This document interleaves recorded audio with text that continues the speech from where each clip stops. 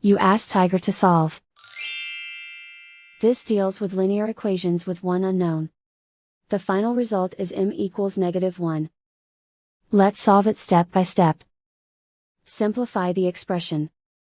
Multiply the coefficients. Group all m terms on the left side of the equation.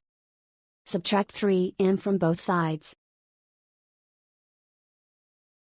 Simplify the arithmetic. Group like terms. Simplify the arithmetic. Isolate the m. Divide both sides by 6. Simplify the fraction.